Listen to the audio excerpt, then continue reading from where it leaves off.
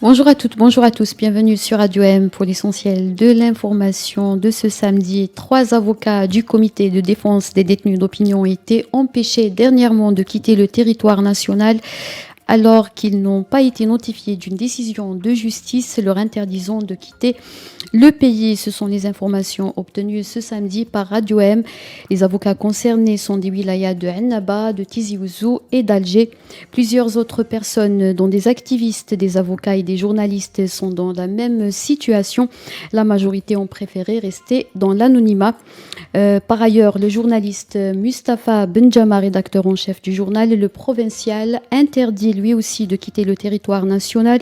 Sans décision de justice, a déposé une plainte contre X et attend toujours l'accusé de réception de la direction de la Sûreté nationale pour déposer une autre plainte devant le tribunal administratif. L'Algérie se place à la tête des fournisseurs de gaz naturel de l'Espagne malgré les tensions diplomatiques entre les deux pays. Selon les chiffres publiés par des médias espagnols, l'Algérie est le principal fournisseur de gaz naturel de l'Espagne pour le mois d'octobre. Les données du dernier bulletin statistique Enagaz indiquent que les importations de gaz en provenance de l'Algérie constituent 21,2% de l'ensemble des quantités.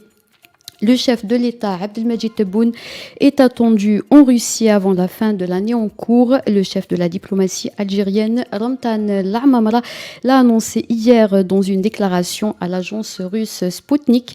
Il a indiqué que des préparatifs actifs de cette visite étaient en cours.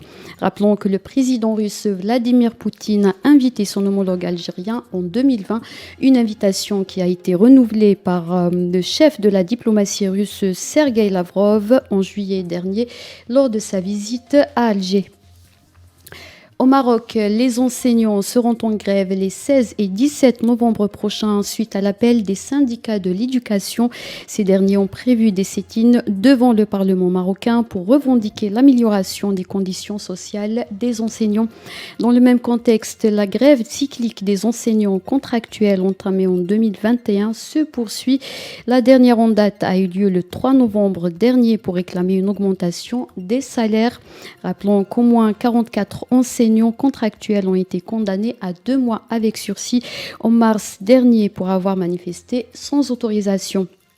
Aux États-Unis, l'ancien président américain Donald Trump annoncera mardi sa candidature officielle aux prochaines élections présidentielles prévues en 2024.